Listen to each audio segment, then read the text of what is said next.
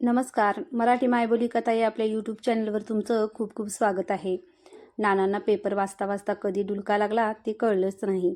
रविवारचा टाईम त्यांच्या आवडीचा. अगदी इंग्रजी वाचायला यायला लागल्यापासून ते आजतागायत कित्येक वर्ष झाली असतील. निदान 50 तरी नक्की.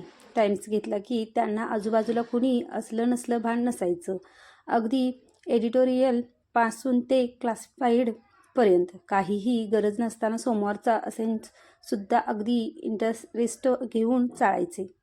वाचताना कधीकधी इतकी तंद्री लागायची की सकाळी किंवा दुपारी 4 वाजता निवांत एक एक घोट घेत पेपर वाचावा म्हणून घेतलेला चहाचा कपही पेपर वाचायच्या नादात अगदी गारढोण होऊन जायचा. नंतर कधीतरी बातमी किंवा आर्टिकल वाचून झाले की मग चहाचा कप बाजूला बेवारच होऊन पडल्याचं त्यांच्या लक्षात यायचं आणि मग तो गारढोण चहा ते एका घोटात पिऊन टाकीत. गोदीमामी मग चष्म्यातून तिरक्या नजरेने त्यांच्याकडे पाहत. तिला राग येई त्यांनी तो गारढोण चहा काहीही कुरकुर न करता थंडपणे डोसल्याचा. नाना तिची नजर चुकवायला परत पेपरमध्ये चेहरा घुसवत. लग्न झाल्यापासून हे असं कित्येक वर्ष घडत असेल. आठवड्यातून किमान 1-2 तरी नक्की. 1-2 नाही, गेली 50 वर्षे. गोदीमामीला त्यांनी कधी चहा परत गरम करून दे असं मागितलं नाही आणि गोदीमामीनेही आपणहून कधी उठून तो निवळलेला चहा गरम करून दिला नाही. गोदीमामीला त्यांच्या ह्या असल्या वागण्याचा मनस्वी त्रास होई. ती भाजी चिरता चिरता काही बोलत राहायची. पण नानांचं तिच्या बोलणं कशाबद्दल चालू आहे याकडे सुद्धा लक्ष नसायचं. तिने काही प्रश्न जरी विचारला तरी नुसते हूं हूं असं म्हणायचे. बरेचदा तेही नाही. मग गोदीमामी चिडायची. कधीतरी उत्तर द्या, आयुष्यभर मेले दुर्लक्ष असं खेचकायची. तरीसुद्धा नाना पेपरमध्ये डोकं खुपसून कपाळावरच्या आठ्यांची हालचाल करीत काहीतरी बारीक सारीक वाचत असायचे.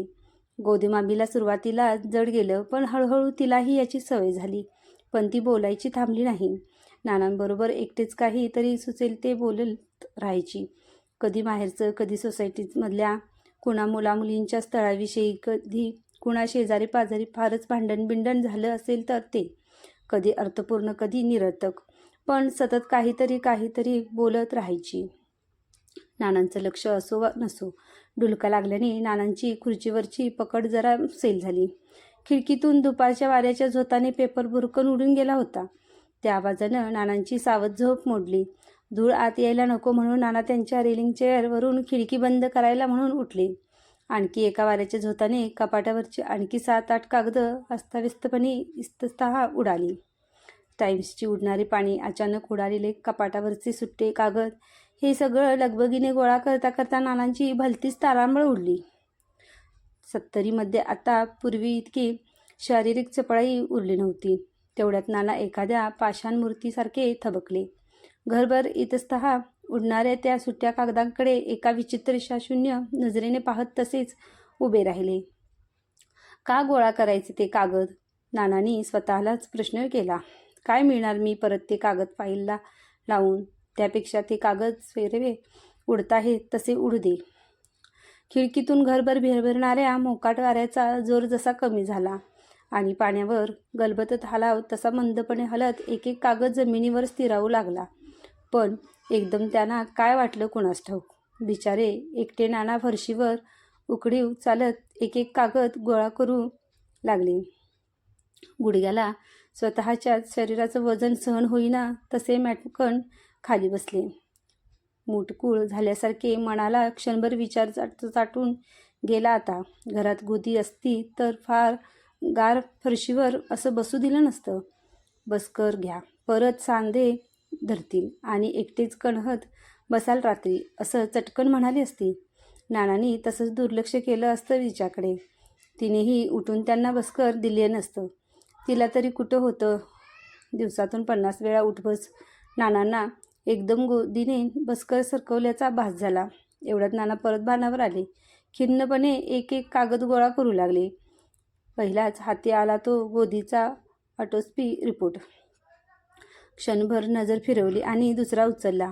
आधी ECG, मग एक्स-रे, मग किमो, मग रेडिशन, मग मध्येच एखादा हिमोग्राम.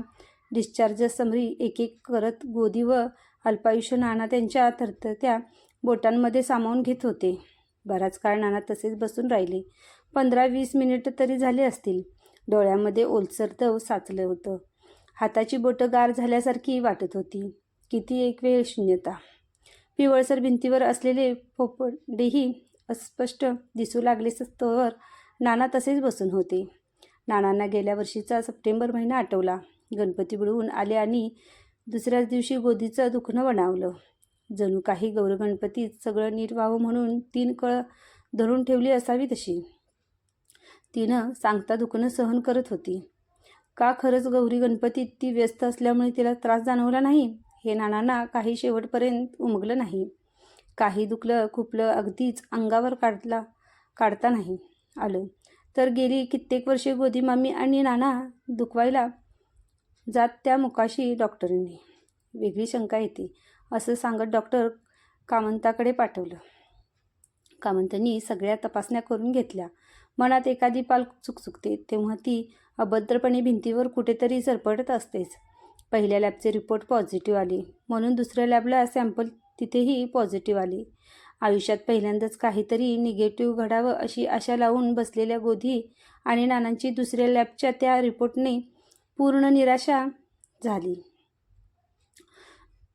कामंतांनी गोदी मामीला जरा वेळ बाहेर बसा असं सांगितलं. कोण कोण असता घरी? कामत, डॉक्टर, मी आणि गोदी हे दोघं.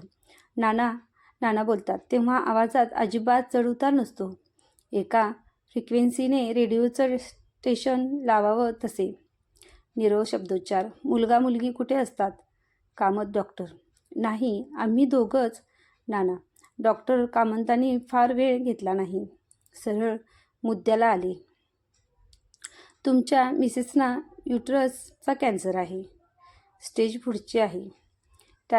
टाईपही रेअर आहे. मी फार टेक्निकल सांगत बसत नाही पण उगीच इकडे तिकडे दाखवत त्यांना अधिक त्रास देऊ नका. आपण ट्रीटमेंट सुरू करू. फार अपेक्षा नका ठेवू. ट्रीटमेंट क्युअरसाठी नाही तर लाईफ प्रोलॉंग होणे आणि वेदना कमी व्हाव्यात याकरिता आहे. हे धरून चला. नाना एखाद्या अंधारक मुलानं गुरुजींचं ऐकावं तसं मुकाट ऐकत होते. डॉक्टर कामंतांचं बोलणं संपल्यावर ते खुर्चीतून उठले. फाईल हातात घेतली आणि मुकाट्याने पाठमोरे होऊन नजरेने दरवाजा शोधू लागले. आणि पुढच्याच एका क्षणात लहान मूल रडावं तसे रडू लागले. गोदी मामीला एव्हाना जाणीव झाली होती. तिला फक्त दुखवायचं. ज्या गर्भाशयाने एक जीव निर्माण करायचा ते गर्भाशयच आता माझ्या जीवावर उठलं असं पुटपुटायची. नानांना ऐकू येई पण नाना नेहमीप्रमाणे पेपरमध्ये मान खुपसून घेत आणि गोदी पाहत नाही ना हे पाहून शर्टाच्या बाहीने पापण्या आणि नाक पुसून घेत. गोदी मामीला शेवटपर्यंत समजलं नसे. नानांना ती बोलली ते ऐकू गेलं की नाही ते. डॉक्टर कामंतांनी 6 महिने सांगितले होते. गोदी मामी 5च महिने टिकली. बरंच भोगलं. नानांनी आईने लहान मुलाचं करावं तसं सगळं केलं गोदीचं. शेवटी गोदी मामी जाताना नानांना स्वतःला जपाल ना एवढंच बोलली. नानांनी नुसतीच मान हलवली आणि बाहीने परत डोळे टिपले. जपतो असं बोलले आणि तिचा हात हातात धरून तिच्या ओटीपोटावर डोकं टेकून पाशांवत स्थिर झाले. नानांनी डोकं वर घेतलं तेव्हा गोदीच्या वेदना संपल्या होत्या. नानांना समजेना. आपण जपतो असं म्हणलो ते तिनं ऐकले की नाही की त्या आधीच गेली. नानांना अस्वस्थ झाले. त्यांना काही सुचेना. गोदी, मी तुला आज उत्तर दिलं ग. मी जपतो स्वतःला म्हणून उत्तर दिलं ग तुझ्या प्रश्नाचं. दुर्लक्ष नाही केलं मी. नाना एकटेच सैरभैरपणे बोलले. त्यांना काय करावं समजेना. आपण बोललो ते गोदीनं ऐकलं की नाही की तिनं माझ्याकडून अपेक्षाच ठेवली नाही उत्तराची कधी. नाना अस्वस्थ झाले ते कायमचे. गोदी गेली तेव्हा रडलेच नाहीत. ती सुटली म्हणून असेल कदाचित. 10व्याला गोदीच्या पिंडाला कावळा शिवला. फार वेळ लागला नाही. नसता शिवला तर नानांना काय करावं ते सुचत नव्हतं. आज सगळे जुने कागद गोदीचे रिपोर्ट हवेत पसरले आणि नानांना पुन्हा बेचैन व्हायला झालं. नाना दोन्ही हातचे तळवे जमिनीवर दाबत आधार देत उठले. पेपर वाचता वाचता ढुलका लागला होता. तेव्हा शेजारी गारढोण झालेला चहाचा कप बेवारसपणे उभा होता. नानांनी कप उचलला तरातरा स्वयंपाकघरात गेली. तसाच गार चहा न पिता गरम केला. 50 वर्षात प्रथमच. डोळ्यात साचलेल्या धुक्यात आणि चहाचं आधण आलेल्या वाफेमध्ये समोरचं काहीही दिसेनासं झालं. नंतर बराच वेळ स्वयंपाकघराच्या ओट्यावर दोन्ही हात टेकून नाना हसाहमशी रडत होते. गोदी गेल्यानंतर पहिल्यांदाच. ही माझी कथा तुम्हाला कशी वाटली हे मला कमेंटमध्ये नक्की सांगा. आणि माझ्या चॅनल लाईक करा, शेअर करा आणि सबस्क्राईब करून सपोर्ट नक्की करा. धन्यवाद.